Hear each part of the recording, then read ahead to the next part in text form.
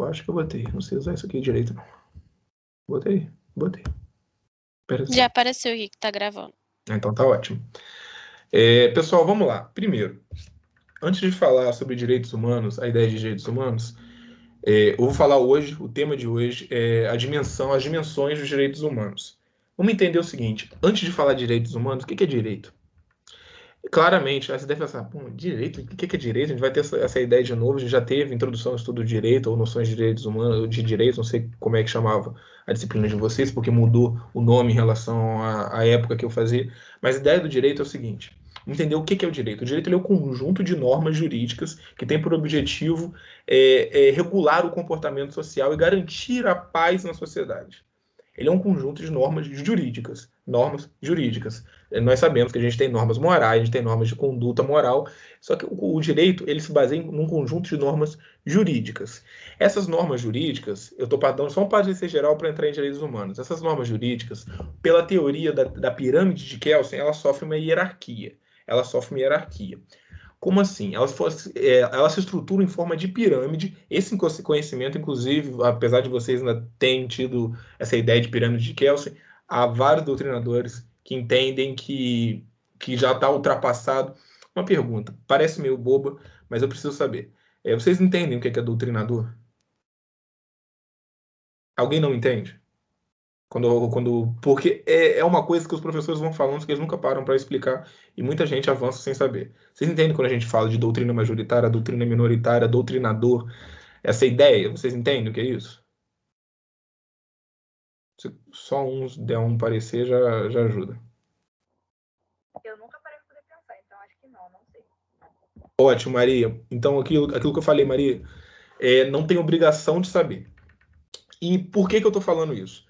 Eu tenho certeza que vocês já ouviram dos professores. Parte da doutrina, a doutrina majoritária, a doutrina minoritária. Então, aí que entra a ideia da monitoria. Por quê? Os professores às vezes vão falando, partindo do pressuposto que você já sabe, e às vezes você não sabe. E o avanço se dá dessa forma. Quando a gente fala de doutrina, a gente está falando de uma linha de entendimento. Uma linha de entendimento. O doutrinador, ele é um especialista em determinado assunto, determinada área, que ele se aprofunda e ele explica o direito nessa área. Por exemplo, a gente fala de uma doutrina de direito... Vou pegar um livro aqui, qualquer aqui. Isso aqui é de quê? Processo civil. A gente fala isso aqui é uma doutrina de processo civil. Isso aqui é só de processo civil. Isso aqui é um especialista em processo civil. Ele tem um reconhecimento, ele é renomado, ele tem um reconhecimento amplo, e ele escreve tudo sobre o processo civil, como que o processo civil se dá, ele explica todos os artigos do Código de Processo Civil, como que o processo civil deve se dar, é como se fosse uma aula realmente, ele explicando. E quando a gente fala, aqui ó, isso aqui é só de processo civil, inclusive ó, excelente para quem quiser comprar mais tarde. Então, como que acaba se dando essa ideia de doutrina? Se você abrir uma doutrina lendo, você vai parecer que está lendo uma aula. Você está lendo uma aula. Então, essa é a ideia de doutrina. Mas quando a gente fala a doutrina majoritária, a doutrina minoritária, como eu disse, a doutrina é uma linha de entendimento de determinado especialista sobre determinado assunto. Quando a gente fala de doutrina majoritária, a gente está falando que a maior parte desses especialistas entendem de tal forma. Parece, no começo do direito, parece um pouco bobeira. Gente, é isso. Não. No direito vocês vão ver que existem 3 respostas corretas para determinada questão, 4 respostas corretas para determinada questão. Um exemplo claro disso é o próprio conteúdo que eu vou falar hoje com vocês, que é Dimensões dos Direitos Humanos. A gente vai falar, pelo que eu já abri aqui no material de estudo do professor João Paulo, ele fala sobre 5 dimensões de direitos humanos. Só 3 dimensões de direitos humanos é unânime na doutrina. Agora, a 4ª dimensão já tem várias discordâncias. 5ª dimensão, como que ela é, o que ela se dá, tem várias discordâncias. Então, quando a gente fala de doutrina majoritária, a gente está falando que a maior parte entende de tal forma. Doutrina minoritária, que a gente tem uma pequena parte de especialistas que entende de tal forma. A ideia é, quando a gente estiver tendo aula, sempre seguir a linha de entendimento que o professor segue, a gente está sendo avaliado por ele, isso é racional. Quando a gente for fazer uma prova, um concurso público, acredito que vários de vocês, porque geralmente a maioria da turma sempre tem vontade de fazer concurso público. Inclusive, quem quiser realmente fazer, depois quiser umas dicas de algumas coisas de estudos, pode me mandar mensagem. Até de material, tenho bastante material que eu mando para vocês sobre qualquer concurso que vocês queiram fazer aí também, bem bacana. E OAB também, eu quero advogar. A OAB, seja o que for que vocês forem fazer, vocês sempre vão adotar o entendimento majoritário, onde a maior parte dos especialistas entendem. Por exemplo, vou dar um exemplo de uma coisa que é polêmica na doutrina. Existe uma coisa chamada iter criminis. Isso é um assunto de direito penal que vocês vão estudar a partir do terceiro período. Acho que quem está no terceiro período já começou a estudar. Iter criminis é o que a gente chama de caminho do crime. Quais são as fases do crime, as fases que o crime percorre? Não estou dando monitoria de direito penal, mas estou tentando explicar essa ideia. O crime ele começa na ideia da cogitação, quando o agente ele começa a cogitar a ideia de praticar o ato delitivo. Ele tem os atos preparatórios, que eu começo a preparar, por exemplo, se eu vou furtar uma casa, eu já começo a olhar qual o horário de rotina daquela casa, qual horário que as pessoas saem, eu começo a observar a casa, eu vejo as entradas, então eu já tenho os atos preparatórios, eu tenho o início da execução, os atos executórios, quando eu começo a executar o crime, eu tenho a consumação, quando o crime de fato ele se consumou. A maior parte da doutrina entende que só existem essas fases no iter criminis, no caminho do crime, o caminho que é percorrido pelo crime, que é a fase da cogitação, a fase da preparação, os atos executórios e a consumação, quando o crime de fato ele se consuma. Só que existe uma outra parte minoritária, que são especialistas no direito penal, nesse caso específico, que entendem dessa forma, que diz que ainda há mais uma parte, que é o exaurimento. Por exemplo, o crime de furto ele se consuma quando eu subtraio o objeto da pessoa. Eu subtraí o objeto de uma outra pessoa para mim. Se consumou o crime. O que é exaurimento? Por exemplo, subtrair dinheiro da pessoa. Quando que é exaurimento? Eu vou gastar esse dinheiro. Então, quando eu termino, enquanto eu ainda estou gastando esse dinheiro, o crime ainda está se exaurindo, se desfazendo. Ainda tem um lastro do crime. Parte minoritária entende que também faz parte do iter criminis. Então, se você tem uma questão de prova, por exemplo, defina as fases do iter criminis. E aí? O que vocês vão responder? Depende do que o seu professor entende. Entenderam a ideia do que é doutrina? Eu consegui me fazer compreender? Esse exemplo é tipo Sim. então.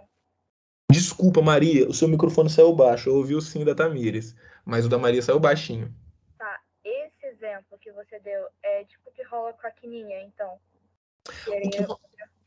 O que rola com a quininha é o seguinte: a quininha ela trata de uma matéria propedêutica. Matéria propedêutica são matérias mais abertas.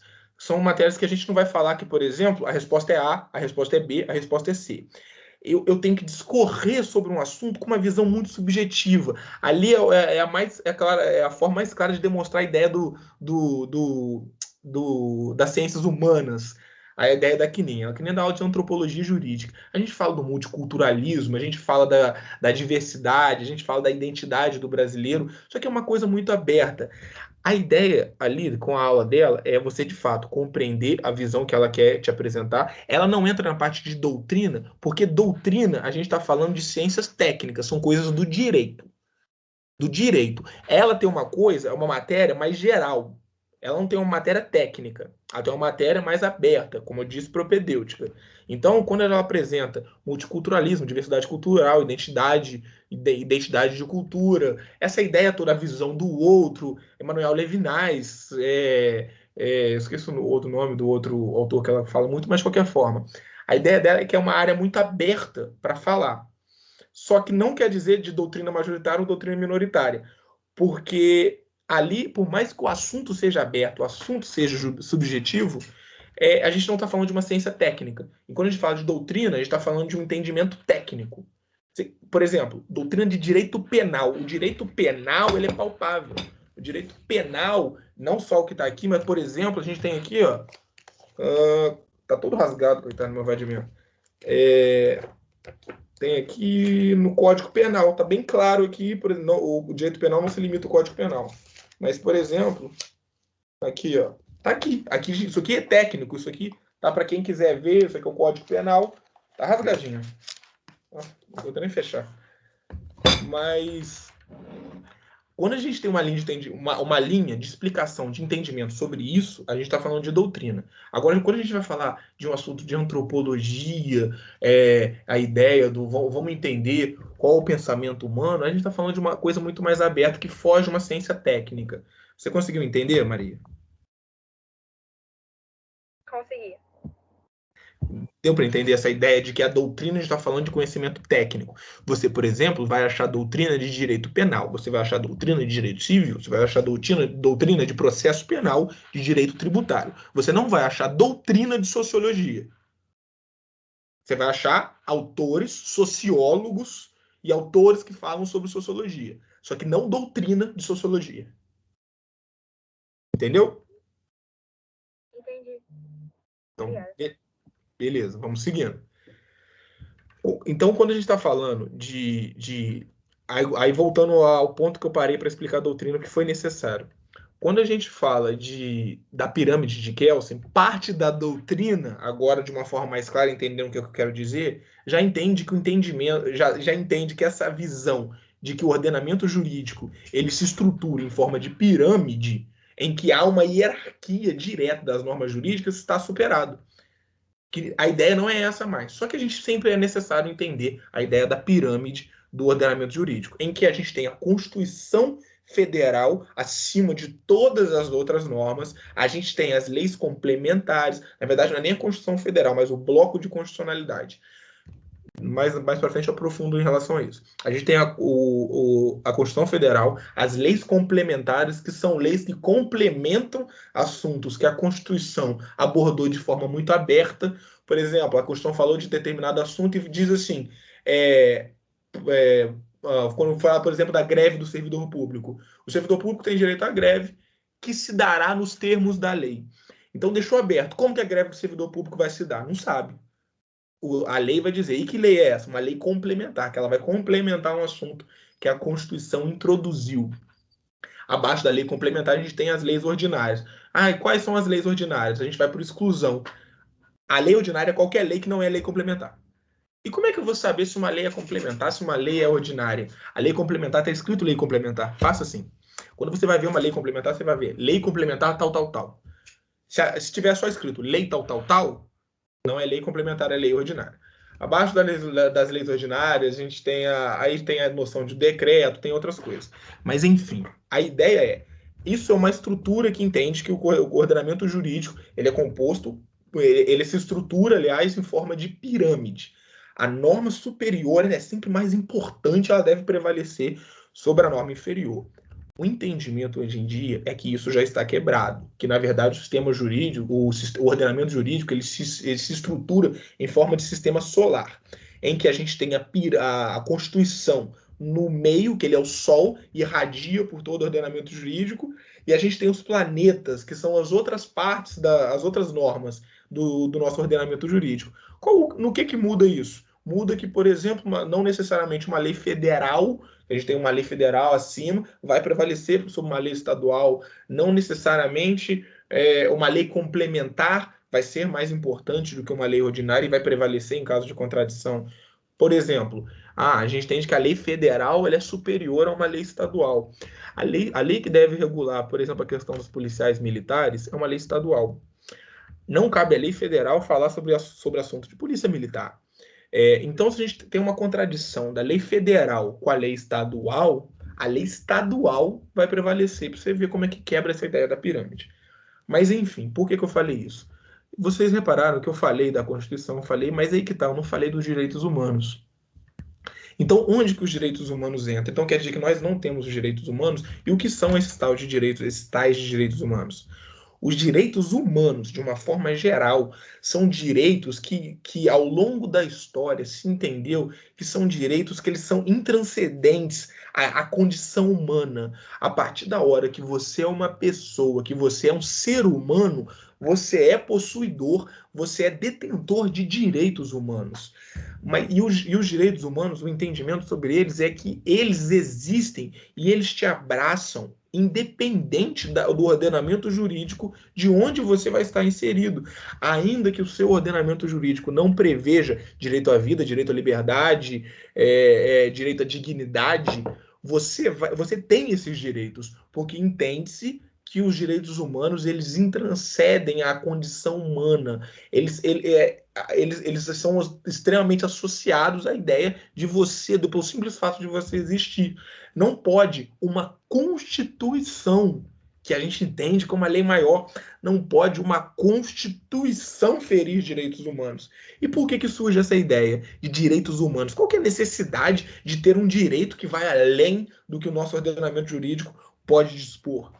A gente teve, por exemplo, o maior exemplo do problema de um direito extremado, de uma legalidade extremada, da gente entender que a lei ela é perfeita. O maior exemplo da problemática disso se deu na época das grandes guerras. A gente teve a Segunda Guerra Mundial, a gente teve o Holocausto, a gente teve câmara de gás, a gente teve fuzilamento, a gente teve todos aqueles absurdos se dando dentro da lei. Tudo aquilo que ocorreu na Alemanha, grande parte, se deu dentro da lei. Dentro da lei, inclusive por ordem do chanceler. Então, se a gente não tem essa ideia de que o direito ele deve transcender a ideia do ordenamento jurídico, ele deve ir além do que o ordenamento jurídico vai, a gente está dizendo que isso é permissivo. Então, a gente está dizendo que um Estado ele pode elaborar qualquer tipo de normativa que fira de qualquer forma a pessoa que cometa um verdadeiro genocídio.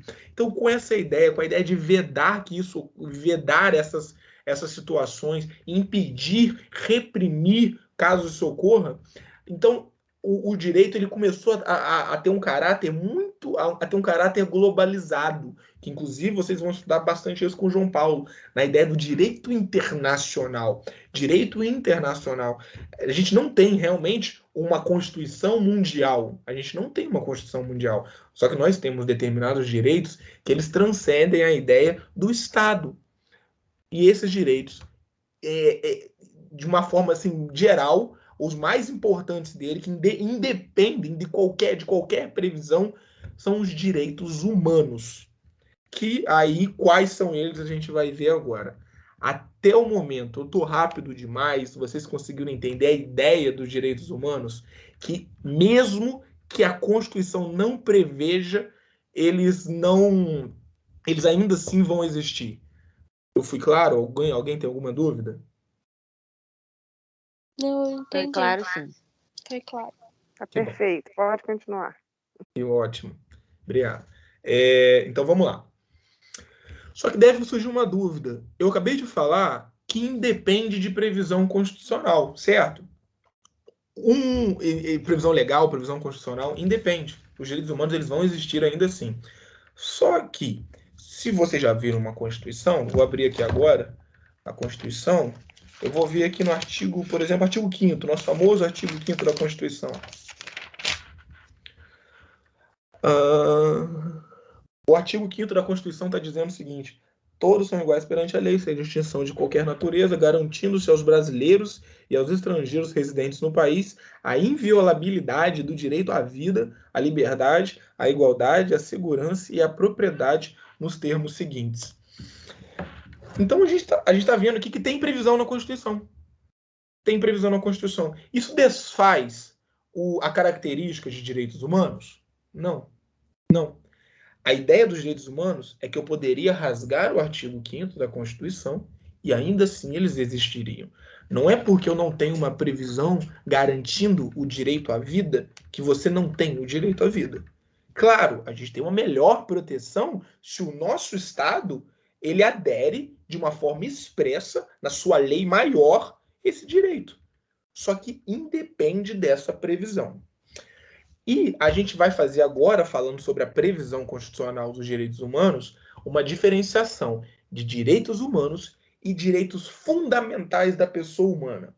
Vamos entender o seguinte: a gente sempre ouve falar, são os direitos fundamentais da pessoa humana, são os direitos humanos. Tem diferença.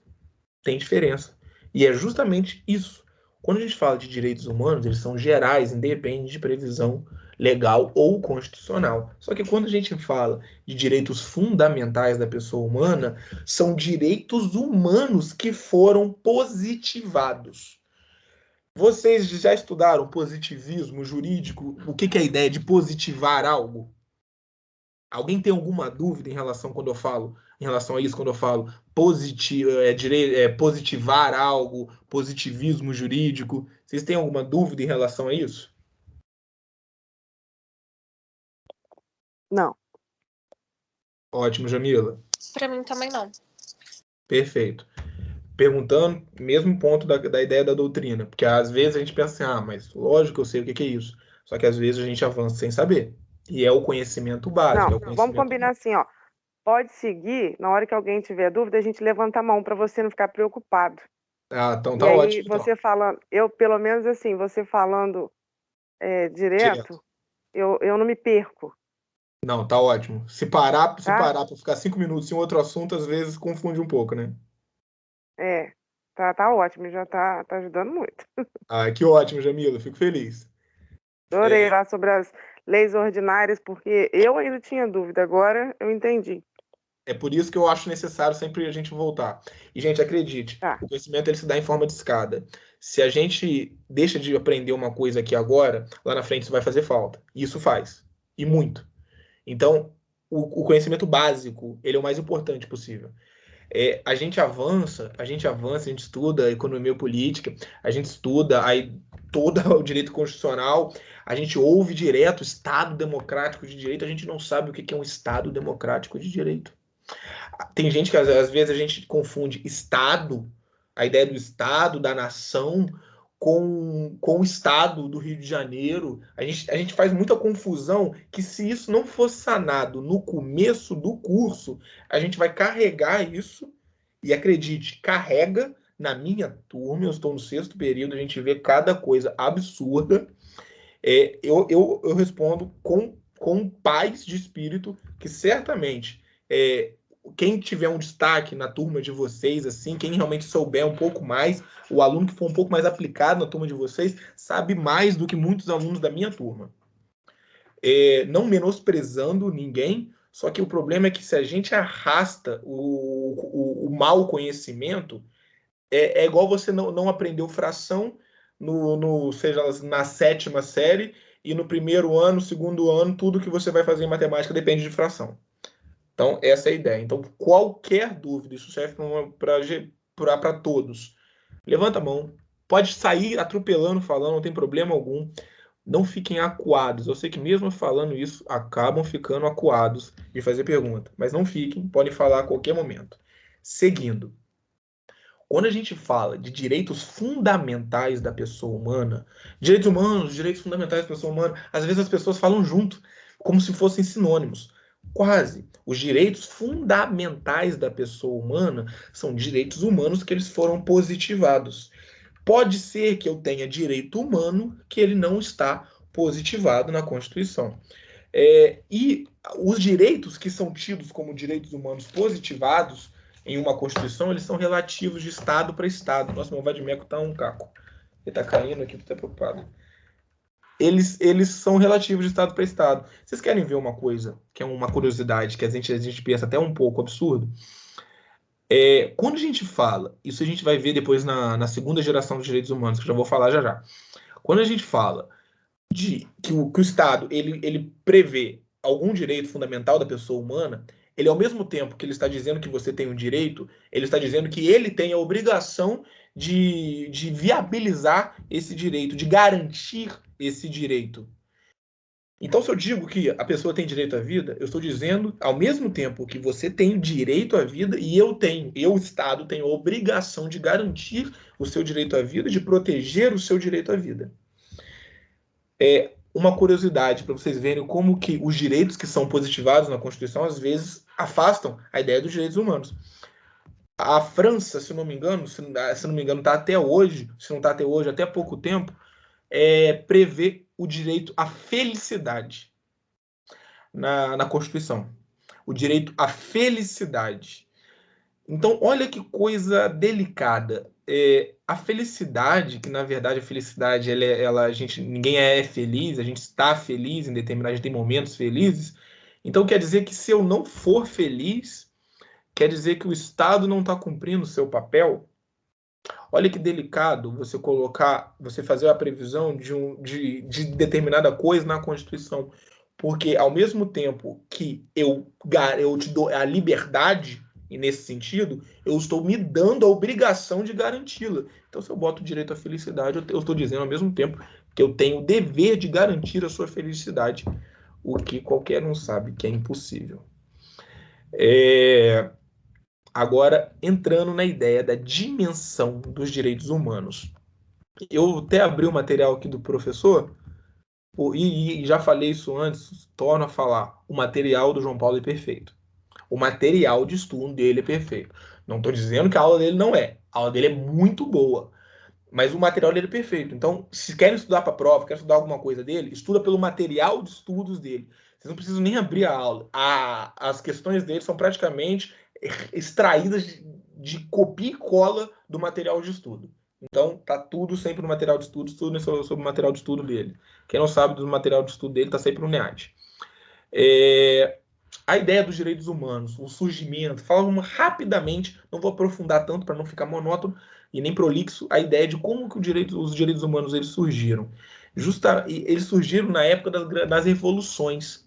Os direitos humanos surgiram na época das revoluções. A gente começou nas revoluções, Revolução Americana, Revolução Mexicana, e a mais contundente delas, a Revolução Francesa. Quando a gente correu a Revolução Francesa, que a gente destituiu a monarquia do poder, a gente querendo acabar com essa ideia do absolutismo, a primeira coisa que a gente queria era liberdade. Era que fosse dado o direito de liberdade às pessoas. As pessoas elas precisavam dessa liberdade. Elas estavam saindo de uma fase de total opressão, de um estado autoritário, de um estado muito grande. É um estado muito poderoso. Ele mandava demais, ele mandava e desmandava, concentração de poder. A mesma pessoa que te julgava era quem definia as leis e era quem aplicava as leis. Então era uma concentração de função, era uma coisa absurda. Tudo isso vindo de um absolutismo, de uma monarquia absolutista. Então, quando a gente tem a Revolução Francesa, a gente tem a quebra disso, a gente tem a repulsa disso. Eu não só quero mudar, eu quero mudar de uma forma extrema. Eu não quero nem lastro que me lembre de um sistema autoritário, de um autoritarismo, de uma coisa dessa forma. Então, a gente vem primeiro, a primeira geração, a primeira fase dos direitos humanos, isso de forma unânime, a primeira dimensão dos direitos humanos, a primeira geração também chamada de direitos humanos, a gente tem os direitos de liberdade. Os direitos de liberdade. A ideia é que Estado, quando eu falo a ideia do Estado, Estado, não vou mais interferir na sua liberdade individual. Eu não vou mais interferir, eu vou interferir o mínimo possível. Isso na economia, pautado nas ideias de Adam Smith, isso no seu direito de ir e vir. Eu não posso te prender, você tem o direito de sair do meu estado, você tem o direito de fazer o que você bem entender, você tem todos os direitos de liberdade, direito para ser livre. E principalmente na ideia da economia, a ascensão do capitalismo se deu junto com a Revolução Francesa. Então, qual que é a ideia? O Estado, nesse primeiro momento, na primeira geração, na primeira dimensão de direitos humanos, ele assume uma postura negativa. Quando a gente vê isso numa questão de prova, a gente até estranha. Estado assume uma questão negativa, negativo ruim. Quer dizer que o Estado deve assumir, é estranho, não, vou marcar errado. Não é exatamente isso. Qual que é a ideia de assumir uma postura negativa? O Estado está se abstendo, ele está se afastando, ele está dizendo assim, viva a sua maneira. Eu não tenho direito de dizer o que você vai vestir, de dizer a sua crença, eu não tenho direito de dizer se você pode ir ou não, eu não tenho direito de interferir na sua conta bancária, interferir no seu dinheiro. Você tem o direito a ter uma propriedade, direito à propriedade privada, você tem o direito a ser livre, Você tem o seu direito. Essa é a ideia, a postura negativa, palavra-chave. Postura negativa, primeira geração dos direitos humanos. Quando a gente fala de direitos humanos, das gerações de direitos humanos, o que é mais importante lembrar, faço até um parêntese aqui agora, para a OAB também, para concurso público, quem quiser também, cai muito em direito constitucional essa parte, são as 3 primeiras gerações. E qual é a maneira mais fácil de lembrar das 3 primeiras gerações de direitos humanos? A gente fala da primeira geração dos direitos humanos, que ela é a ideia da liberdade. Vamos lembrar do lema da Revolução Francesa.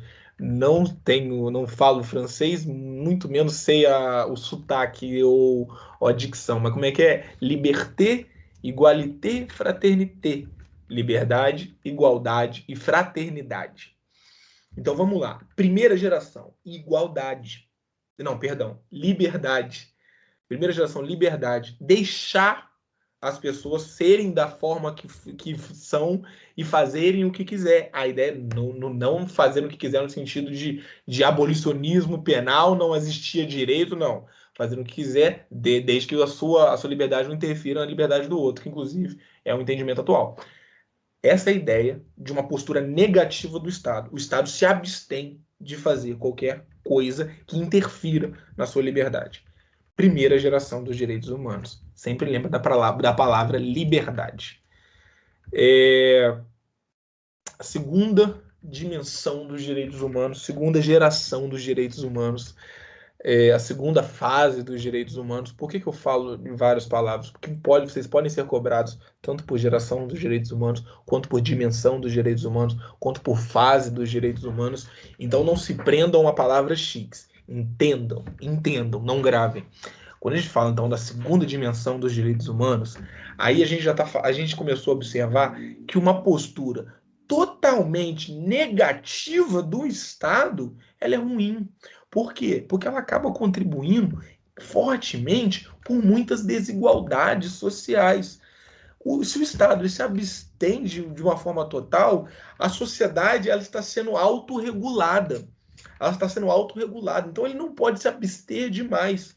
Ele não pode se abster demais, senão a gente vai ter rico cada vez mais rico, pobre cada vez mais pobre, sistemas abusivos. A gente vai ter trabalhos como se deu na Revolução Industrial, com pessoas trabalhando 14, 15 horas por dia, 7 dias na semana, sem direito a férias, sem direito a seguro-desemprego, sem direito a tantas outras coisas, desigualdade de salário. A gente tem várias violações se o Estado ele não intervém de alguma forma.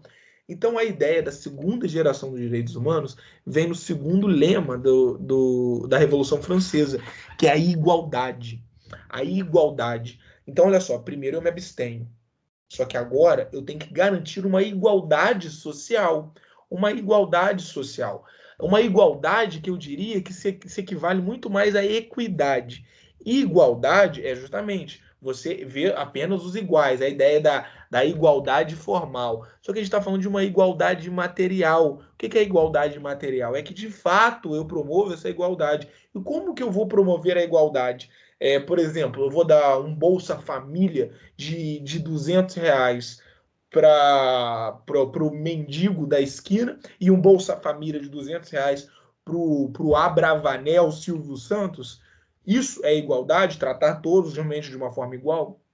Então, essa que é a questão. A questão é que a ideia da igualdade trazida na segunda dimensão dos direitos humanos é uma ideia de equidade. Equidade é uma ideia aristotélica de trate os iguais igualmente, sim, mas os desiguais desigualmente na proporção de sua desigualdade. Então, se a gente tem um muito pobre, a gente tem que ajudá-lo mais do que ajudar quem já está bem. Então, a ideia é de buscar equilibrar a sociedade. Se vem a ideia dos direitos de segunda geração, os direitos da igualdade. E nessa fase, o Estado ele deixa de ser totalmente passivo para ser um Estado um pouco mais ativo. Agora o Estado assume posturas ativas. Eu não apenas vou dizer que você tem direito à vida. eu vou viabilizar que você tem direito à vida, eu vou proteger o seu direito à vida, eu vou cuidar para que você não tenha somente uma vida, mas uma vida digna. E como que você tem uma vida digna? Com saúde, direitos direitos de segunda geração, que são os direitos sociais, educação. Então eu vou dar educação, eu vou garantir saúde. Isso tudo é uma postura positiva do Estado. O Estado agora ele está se fazendo valer. Ele está entrando na esfera social. Ele não mais está tão distante. Agora eu estou garantindo, eu estou viabilizando o seu direito à saúde, o seu direito à educação e vários outros direitos sociais. Mas a ideia principal, no começo, a gente surge com a ideia do direito à saúde. Hoje em dia a gente tem o direito à previdência social, a gente tem direitos muito mais específicos, o direito à segurança pública. Então a ideia da primeira geração são os direitos de liberdade e os direitos políticos na primeira geração. Na segunda geração, a gente tem os direitos sociais. Por que a gente está falando de direitos políticos também na primeira geração? Não sei se eu falei sobre isso antes. Além do direito de você ter essa liberdade do Estado, eu tenho o direito a definir quem é o Estado. Em que sentido? E a gente está falando da democracia nesse caso, na ideia dos direitos humanos de primeira geração. Tem também os direitos políticos, que é o direito de você votar, de você ser votado. A gente quer acabar com essa ideia da monarquia absolutista. Então, ao mesmo tempo, vou te dar uma liberdade de viver, vou dar uma liberdade de escolher com quem você vai ser governado. Quem vai governar? Então, a gente tem também, ao mesmo tempo, os direitos individuais, a gente tem os direitos políticos também, que é o direito de votar e ser votado. Na segunda fase dos direitos humanos, nós temos os direitos sociais, que é uma contraprestação, não diria nem contraprestação, eu diria uma prestação do Estado. Porque contraprestação dá a entender que a gente está fazendo algo por ele. Então, mas apesar de a gente fazer, de fato, pagando imposto demais até, mas essa é a ideia da segunda geração dos direitos humanos. Até aqui, isso é unânime. A terceira geração também, até aqui, é unânime, apesar de dar uma mexida. Tem pouquíssimas pessoas adicionam uma coisa, retiram uma coisa da terceira geração, mas a ideia geral é o que eu vou falar agora. A terceira geração dos direitos humanos, a gente tem uma visão ainda mais ampla.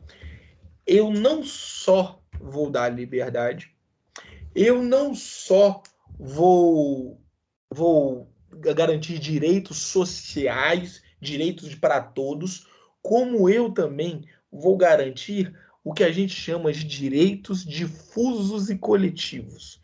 Direitos difusos e coletivos. O que é o direito difuso? O direito difuso é, como é que eu posso dizer assim, é um direito que ele, como se for, é similar a um direito social, na ideia de que ele atinge várias pessoas, só que é como se fosse um direito que você não sabe quem que vai se beneficiar dele. É indeterminado quem vai se beneficiar dele. O que é certo é que vão se beneficiar. Por exemplo, o direito ao meio ambiente. Quando eu cuido de um lago, eu não estou cuidando de um lago para a pessoa X ou a pessoa Y. Eu não sei quem vai se beneficiar. Mas a ideia é que a sociedade se beneficia. Então, por exemplo, o direito chave ali, o mais característico dessa terceira dimensão dos direitos humanos é o direito ao meio ambiente. Você tem o direito a ter um meio ambiente ideal, adequado para se viver. Então, mais uma vez, o Estado vai intervir, porque o Estado agora deve garantir um meio ambiente preservado, deve garantir que você tenha um bom ecossistema para se viver, mas não só o meio ambiente, tem de uma forma diferenciada, por exemplo, tem alguns direitos, agora me fugiu a cabeça, mas a ideia é quando o direito ele atinge a pessoa de uma forma indeterminada. O que está me vindo mais à cabeça agora, eu também acabei de dar monitoria de processo civil, é a ideia do direito ao meio ambiente. Essa é a terceira geração dos direitos humanos. Só para, como eu já concluí as três primeiras gerações, apesar da Jamila ainda falar que qualquer coisa vocês me interrompem, só para saber, até aqui, tá claro, tá tudo bem? Porque eu vou entrar na quarta geração agora. Então não quebrei tanto o entendimento? Tudo tranquilo? Eu acho que a gente não chegou nessa parte ainda, não. Da quarta dúvida. dimensão, não? Tem problema não, eu falo. Mesmo assim. Então vai lá. A não ser que vocês já queiram finalizar. Eu sou meio teimoso, gente. Olha Não, só, é não era para dar Eu monitoria cochilei na produtiva. aula hoje, aí eu tô aqui na dúvida. Ah, entendi. Então, não, acontece. Aula muito cedo é assim mesmo. Mas, de qualquer forma, eu falo um pouquinho. Aqui, eu acho que as 3 primeiras gerações é fácil de entender, não é difícil. Aqui começa um pouquinho mais difícil, por quê? Porque nem a doutrina, lembra que eu falei sobre doutrina, nem a doutrina entende tão claramente, ou diz tão claramente, o que é a quarta geração dos direitos humanos, o que é a quinta geração dos direitos humanos, porque não é unânime. Não é unânime. Inclusive, defendem-se uma sexta geração, uma sétima geração, tem direitos cibernéticos, tem direito à ética em relação à clonagem, por exemplo. Então, você vê que a ideia de geração de direitos humanos é uma coisa que a doutrina diverge demais, demais. E a partir daqui que já começa a balançar, a partir da quarta dimensão dos direitos humanos. Tanto é que vocês vão ver que no material de estudos do professor João Paulo tem um trecho desse tamanhozinho falando sobre a quarta geração de uma forma totalmente aberta. Falando de uma forma mais informal, é que vocês vão ver lá que parece que diz e não fala nada. Acho que dava para parar na terceira geração de direitos humanos e achar um lugar para encaixar a quarta, quinta, sexta, sétima dentro dessas 3. Isso é a minha opinião leiga de estudante. Mas, enfim, a quarta geração dos direitos humanos, a terceira geração se diz a ideia da fraternidade, não sei se eu falei isso, o último lema da Revolução Francesa. A partir da quarta geração dos direitos humanos, a gente tem uma ideia de solidariedade agora. Solidariedade. Qual que é a ideia da quarta geração dos direitos humanos? Aqui é muito mais ligado ao direito da democracia, ao direito de você. O que é democracia? Democracia é o poder na mão do povo. Então, a gente tem uma ideia nessa dimensão de direitos humanos que o direito humano agora ele abarca a ideia de uma democracia muito mais direta. O povo ele tem esse poder. Como assim democracia direta? O presidente governar o Brasil por voto, o Congresso Nacional elaborar e aprovar projetos de lei, de emenda constitucional, porque eles... Não, isso não é democracia direta. Quando a gente fala da quarta geração, a gente está falando de fato de uma participação direta. Por exemplo, uma ação popular, por exemplo, uma emenda ou um projeto de lei por iniciativa popular. Várias pessoas assinam, não sei se você já deve ter caído no WhatsApp de vocês, algum link, assine aqui, assinatura eletrônica, projeto de lei tal, não vamos deixar aquelas pessoas mais inflamadas em assuntos políticos, assine aqui, nós precisamos de 1 milhão de assinaturas para... O que é isso? Isso é justamente um exercício direto da democracia. É o poder nas mãos do povo de forma direta. Isso a gente viu lá em Teoria Geral do Estado, TGE. Vocês já tiveram ou estão tendo? Não sei. Alguns eu acho que estão tendo ainda TGE. Mas, de qualquer forma, isso a gente vê em TGE, a ideia da democracia direta, o exercício direto da democracia. Então, a parte que abarca essa ideia da democracia direta, o direito à democracia, ela se encaixa na quarta geração dos direitos humanos. É o direito da democracia, o direito à informação, é o direito ao pluralismo, que nós devemos respeitar o diferente. Aí a gente está trazendo até um pouco da quininha agora, da diversidade cultural, da questão do outro, tudo isso dentro da quarta geração dos direitos humanos. Só que se você olhar bem, pelo menos eu vejo assim, dá para encaixar a quarta geração dentro de direitos, por exemplo, sociais. Uma opinião minha, tanto mesclar com direitos sociais e de liberdade. Enfim, agora quinta geração e última pelo que o professor João Paulo entende. Por que eu estou falando pelo que o professor João Paulo entende? Eu estou dizendo que os direitos humanos só têm 5 gerações? Não. Não. E estou dizendo que ele tem 5 gerações? Não, também não. Estou dizendo que o entendimento, a doutrina adotada pelo professor João Paulo, pelo que se observa no material que ele disponibilizou, é que os direitos humanos ele tem 5 dimensões, 5 gerações. Tem parte que defende que tem 6, tem parte que defende que tem 7, tem parte que defende que só tem 3. Então, é muito polêmico essa questão. A quinta dimensão, a ideia da esperança. Olha só que coisa aberta. Eu não gosto muito desse negócio de quarta, quinta dimensão de direitos humanos. Talvez porque eu seja ignorante, no sentido de falta de conhecimento. A quinta geração dos direitos humanos, ele está ligado a uma ideia de esperança. Ela é fundada numa concepção de paz. Então, quando a gente fala de paz, de viver em paz, de ter uma paz social, a gente está falando de uma ideia muito mais ligada à quinta geração dos direitos humanos. Então, agora nós vamos ter direitos humanos que assegurem a paz do indivíduo, a paz social. É uma ideia muito mais, muito mais sobre essa questão de uma esperança, de uma coisa mais harmoniosa, de viver em harmonia. A ideia é que o direito à paz ele representa uma nova dimensão dos direitos humanos. E ele engloba todas as dimensões anteriores. Porque para que seja possível você ter paz, é necessário que as 4 gerações anteriores dos direitos humanos sejam respeitadas e asseguradas. Respeitar, negativo, assegurar, postura positiva. Aí depois ele traz um pouco de entendimento doutrinário, aí você vê que ele falou pouco da quinta dimensão, ele só traz aqui o entendimento doutrinário, jurisprudencial. Uma dúvida, vocês sabem o que é jurisprudência? Vocês entendem o que é jurisprudência? O que é o entendimento jurisprudencial? Agora não é entendimento doutrinário. Do jurisprudencial, vocês entendem? Porque senão eu vou estar falando grego. Não, pode falar. Então vamos lá. A ideia da jurisprudência, vocês devem ouvir muito. Jurisprudência entende assim, jurisprudência entende assado. O que é jurisprudência? Vamos rapidamente falar, bem rápido. Estrutura do Poder Judiciário. Como que o Poder Judiciário ele se estrutura? O Poder Judiciário ele se estrutura em primeira instância, o primeiro grau, pelos juízes, no segundo grau, pelos tribunais.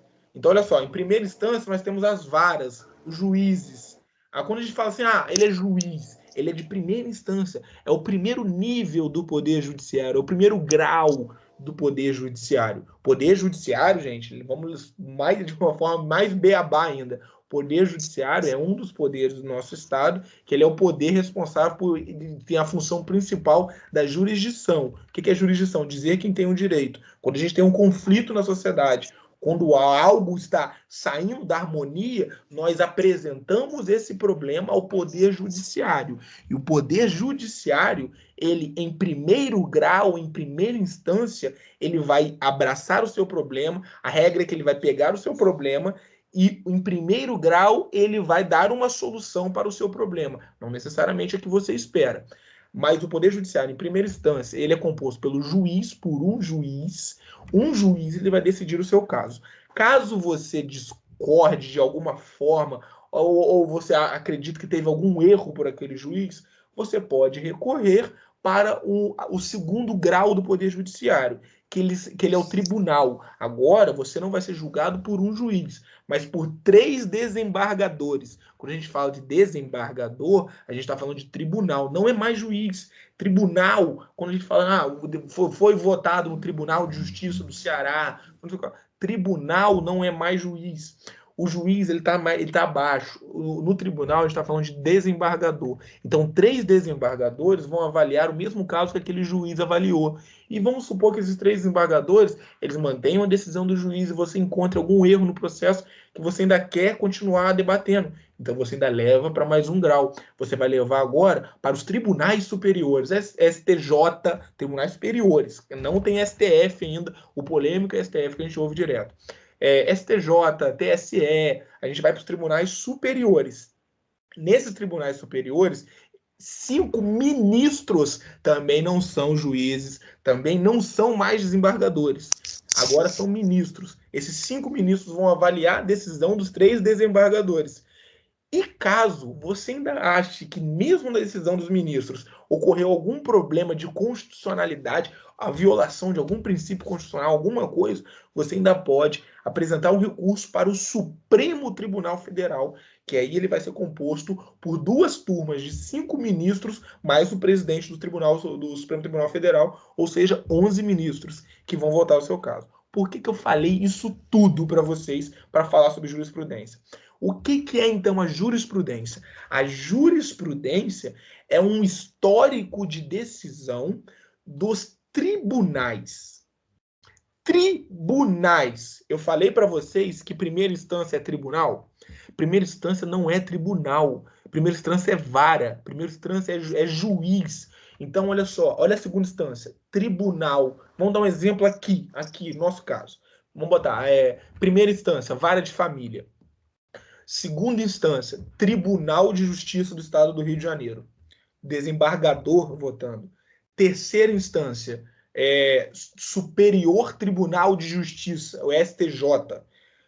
E não é correto chamar de quarta instância, mas e o Supremo? Supremo Tribunal de Justiça.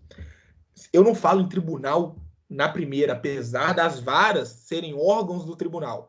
Mas não é um tribunal. Então, primeira instância, juiz não faz jurisprudência. Então, a gente não leva em consideração o histórico de decisões do juiz tal. A gente leva em consideração o histórico de decisões dos tribunais. A jurisprudência desse tribunal. Por exemplo, acontece muito que eu faço estágio no Ministério Público, acontece muito lá no meio dos processos, a gente lê lá a jurisprudência desse tribunal. Ou seja, o histórico de decisões desse tribunal. A jurisprudência do STJ, ou seja, o histórico de decisões do Superior Tribunal de Justiça. A jurisprudência do STF é o histórico de decisões do Supremo Tribunal Federal. Alguma dúvida em relação a isso? Histórico de decisões, é muito simples, é exatamente isso. Assim como vocês têm o histórico do navegador de vocês, é o histórico de decisões desse tribunal. A forma que ele já decidiu. Entendi. Entendeu? Lucas, então, a súmula, por exemplo, quando tem uma súmula, ela é criada a partir da jurisprudência, é isso? Não. Quando surge? Calma. A jurisprudência motiva a súmula. O que é uma súmula? A jurisprudência, ela é meramente um histórico de decisões. O tribunal sempre decidiu assim, decidiu assim, decidiu assim, decidiu assim, decidiu assim, decidiu assim. Isso quer dizer que criou uma súmula? Não. Não. A jurisprudência é só histórico de decisões desse tribunal. Agora, a súmula é quando esse tribunal ele vê assim, gente, está chegando toda hora caso assim. Toda hora eles estão perguntando sobre isso. Gente, mas a gente já está decidindo sobre isso. Então, vamos elaborar uma súmula. O que é uma súmula? Súmula é um enunciado daquele tribunal sobre algum tema. Por exemplo, a súmula geralmente é uma frase. Você não vê súmula muito grande. Súmula não é um artigo científico. A súmula, geralmente, eu vou pesquisar alguma súmula e mando para vocês, ela é uma frase. Se determinada coisa acontecer, isso deve acontecer. Ponto. É um jeito de tentar bater o martelo em casos que se repetem demais. Essa é a ideia da súmula. O negócio está se repetindo muito. Mas aí, de acordo com a jurisprudência que vem acontecendo, é isso? Tende a ser. Tende a ser. Tá. Só que não é. Por que eu estou falando que tende a ser? Você não pode dizer que a súmula sempre vai ser de acordo com a jurisprudência. Não. Pode ser que o tribunal ele esteja. Tanto que acontece súmula polêmica. Às vezes os tribunais estão decidindo da maneira X. Vem a súmula e fala assim, ó, vai ser da maneira Y. Então, para você ver que não há uma necessidade de se... A tendência é que sim, mas não há essa necessidade de se sumular um entendimento baseado na jurisprudência majoritária. Entendeu? Entendi. E não há também necessidade de se obedecer à súmula. Porque não é lei, é isso? Não é só um direcionamento. Não necessariamente, é um direcionamento. Mas não é só muito porque depende, não é lei. Lucas. A explicação, a fundamentação não é muito boa de dizer que não é lei. Por quê? Às vezes não é lei, mas deve ser respeitada. Até porque se a gente fala de lei em sentido estrito, a gente está falando só de lei. Então a gente vai desconsiderar decreto, a gente vai desconsiderar resolução, a gente vai desconsiderar várias coisas. Súmula normal, ela não tem a obrigatoriedade de obediência, apesar de praticamente sempre quem está hierarquicamente inferior no Poder Judiciário obedecer às súmulas superiores. Quase sempre obedecem. Só que não é obrigatório. Quando a gente tem uma súmula vinculante, que a súmula vinculante é uma outra coisa. A súmula vinculante, ela tem obrigatoriedade. O próprio nome já fala, súmula vinculante. O que essa súmula vai fazer? Ela vai vincular todo o Poder Judiciário a ela. O STF elabora súmula vinculante. Não toda súmula do STF é vinculante, não. Mas ele pode elaborar uma súmula vinculante. Ó, se isso acontecer, decida-se assim. Só que agora é norma. Então, tem força de lei.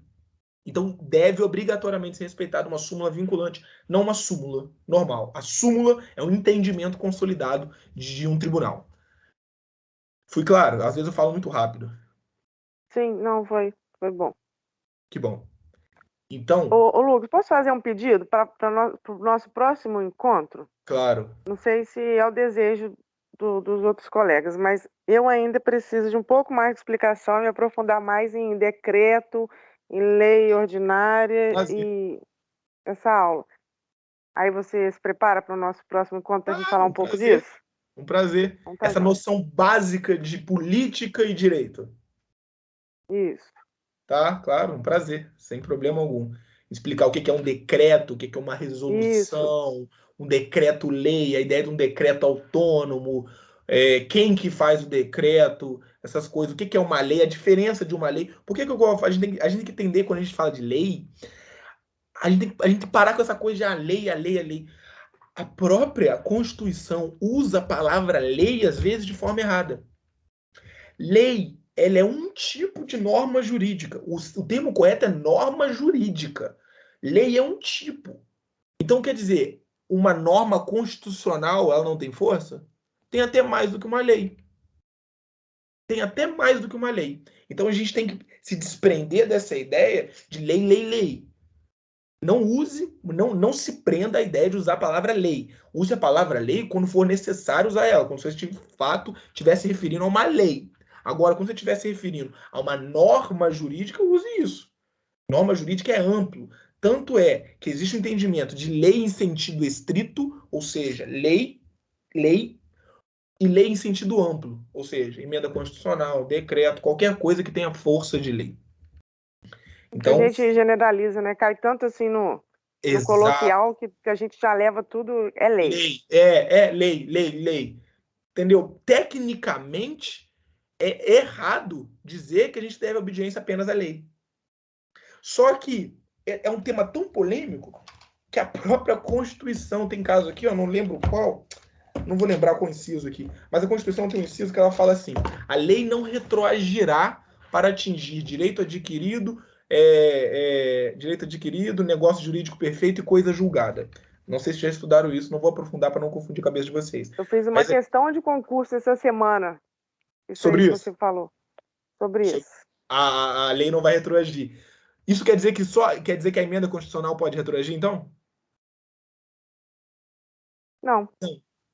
Não, por quê? Porque, apesar de ter usado a palavra lei, usou a palavra lei no sentido amplo. Emenda constitucional, decreto, qualquer outra norma jurídica não pode retroagir para atingir direito adquirido, coisa julgada e negócio jurídico perfeito.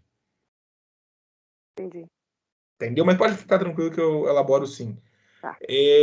Pessoal, eu sou desobediente, eu passei muito, e sempre vou passar porque eu não me importo com essas coisas, eu acho que a gente tem que ter uma visão teleológica, ou seja, uma visão do objetivo da coisa, o objetivo da monitoria é de fato ajudar. Então, se em 1h30 está ajudando mais do que 20 minutos, por que eu estou falando isso? Eu sou recomendado a fazer monitoria de 20 minutos. Eu não vou fazer monitoria de 20 minutos. Não dá conta. E eu não me importo também com a recomendação, até porque eu não me importo com as horas complementares. Eu me importo, de fato, em conseguir contribuir de alguma forma com vocês. Então, às vezes vai passar, na verdade não era nem para estar dando monitoria pelo Teams, só que eu odeio ficar gravando vídeo pro YouTube sem ter esse feedback, igual agora, por exemplo. No YouTube, Eu ia ter que parar para falar jurisprudência sem saber se o pessoal sabe ou não? É melhor perguntar. Eu ia ter que parar para falar sobre doutrina sem saber se o pessoal sabe ou não? É bom perguntar, é bom O retorno é ouvir. melhor, Muito melhor. Presencial é muito melhor ainda. É muito melhor. Mas se Deus quiser, a gente vai voltar que presencial bom. lá. Mas Jamila e A demais. biblioteca não está aberta ainda, tá, Lucas? A biblioteca está aberta ainda para as mesas coletivas? Eu acho que tá. E se animar, Jamila, a gente marca uma monitoria lá na biblioteca. Eu vou Eu com o maior quero, prazer pode do mundo. marcar. Eu vou com o maior Eu, prazer. eu dou aula à noite, aí eu só tenho quarta e sexta. Jamila, então À noite. a gente tá junto, porque eu também não tenho tempo pra nada. Eu dou aula à noite também. Eu Aí, dou aula segunda a sábado. Então a gente acaba, mas a gente sempre arruma um tempo. Sempre tá, arruma um tempo. vamos combinando. A Alguém Maria tem. também já. A Maria acabou de me falar aqui que ela tem interesse. Então vamos embora, Maria Maria. Teixeira. Maria Vamos Teixeira. ajustar o Eu não horário. conheço vocês Vamos ainda. falar. Oi, Tamires. Eu também, eu faço plantão, mas eu acho que consigo ir, só falar o dia. Só vocês falarem. Se vocês quiserem Aí. criar um grupo, até com os mais interessados na monitoria, porque sempre tem isso, né? Tem pessoal que se interessa. Fala pra gente o seu horário livre, que é mais fácil a gente se organizar, entendeu? Fala o seu horário. Qual horário que você poderia estar lá? Olha, isso é difícil, hein? Mas, Madrugada? madrugada. Sábado a partir das 2. Mas aí sábado tá fechado. Nesse Não, horário lá vai sábado estar abre a fechado. biblioteca. Sábado Mas, abre. mas fecha que horas? 5, se não me engano. Tá. Sábado e domingo também. Se quiserem marcar em algum lugar também, não vou sem problema algum. Porque o que acontece? Segunda a sexta, eu tenho faculdade pela manhã, eu faço estágio no Ministério Público à tarde e eu dou aula a noite toda. Então, fica salgado. Tanto é que o meu tempo para gravar as monitorias para vocês é quinta. E eu dou monitoria para vocês, eu dou monitoria para o quinto, eu dou monitoria particular para alguns alunos também. Então, fica Tá. chato. Sabe que eu tive uma ideia? A gente podia marcar uma aula lá no zoológico. O que você topa? Uma aula. Vambora. Vamos, no sábado à tarde? O que vocês falarem, Combinar. gente. Topo tudo. Então tá, vou combinar, Gente, só me tá? avisar, não faço nada nunca, viu? Só me avisa antes. Não faz nada, Eu não? estudo Que domingo. isso, você estuda. Não, Eu tô fazendo curso domingo mas também. em cima de Até vocês 1h eu da não faço tarde. A gente nada. podia. Então, agora você já tem um compromisso. Então, vamos lá, mas eu só vou confirmar o de sábado agora. Como fui pego de surpresa, eu tenho aniversário. Não, vamos combinar pro próximo domingo, na outra semana. Fechado. Só vocês falarem aí. Só vocês combinarem Tá bom. direitinho, falar o tema que vocês querem e a gente combina. Tá. Tá Muito bom? obrigada. Qualquer coisa, alguém pega uma câmera, grava ali 10 minutos eu falando, mesmo sobre qualquer assunto, só pro protocolo de botar no vídeo no YouTube. Até porque não gosto mesmo, mas tem que mandar. Tá, combinado.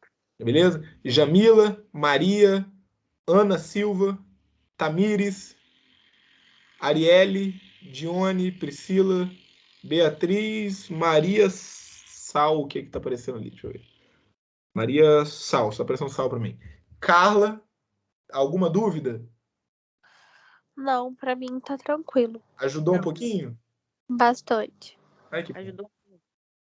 Ai, que bom, Carla. Gente, então, Pra precisar mim de ficou mim. bem clara a explicação maravilhosa. Adorei, Ai, que bom, obrigada. Arielle. Eu fico muito feliz de saber. Que bom. A Arielle vai vir lá de Rio Claro, Lucas, para nossa aula presencial, tá? Vai dela se ela não vier. Gente, vou ficar até pressionado de Eu falar vou. bobagem com vocês. Isso aí é a Ela tá me ideia devendo um café. Vocês já estudaram já os sofistas? É aquela ideia. Já, com o Kleber. Fala com Ótimo. convicção. Fala com convicção que ninguém nunca vai saber se você tá falando bobagem ou não. É só você Verdade. falando. Mas, gente, que bom. Então, espero que tenham gostado. É um prazer. Gosto muito de dar monitoria. Eu gosto de falar. Eu sou apaixonado pelo direito em todos os aspectos. Eu gosto muito. Realmente só gosto. Hora livre eu gosto de ler sobre o direito. É bem bacana, é bem maneiro. Direito penal, eu sou apaixonado. Processo penal, criminologia, direito civil, vocês vão ver que maneiro que é. Processo civil também. É muito bacana. E, pessoal, sempre que tiver qualquer dúvida, qualquer hora do dia, pode mandar mensagem. Costumo demorar para responder, justamente porque eu tenho uma rotina um pouco puxada. Mas eu respondo sempre, e eu não gosto de responder vocês apenas com um joinha, um ok, ou depois eu vejo. eu gosto de responder de forma completa, por isso que eu costumo demorar. Mas podem mandar, gente, questão de prova. Gente, para mim é prazer fazer questão de prova. É gostoso você olhar ali, você analisar cada questão. Questão de múltipla escolha, porque questão de múltipla escolha, ao mesmo tempo que você vê a correta, você estuda com as outras incorretas. Porque não basta você achar a correta, basta você achar o erro das outras. Você ainda precisa achar o erro das outras. É muito maneiro. Me mandem sempre o que vocês quiserem, estou sempre à disposição. Tá bom, meu amigo, muito obrigada. Nada, Boa Jamil. noite. Continua no Obrigada. caminho, tá, ó. Nada, Tá no também. caminho certo. Nasceu para isso. Ah, quem sou eu? Maria, fica com Deus. Fica com Deus, gente. Valeu, obrigadão, Lucas. Valeu, Johnny. Boa Um noite a abraço, amigo. Lucas, boa Já tamo junto. Boa noite, muito obrigada. Nada. Tchau, tchau, gente. Fica com Deus. Tchau, obrigada. Boa noite. Nada. Tchau, Arielle. Ver se eu paro essa gravação.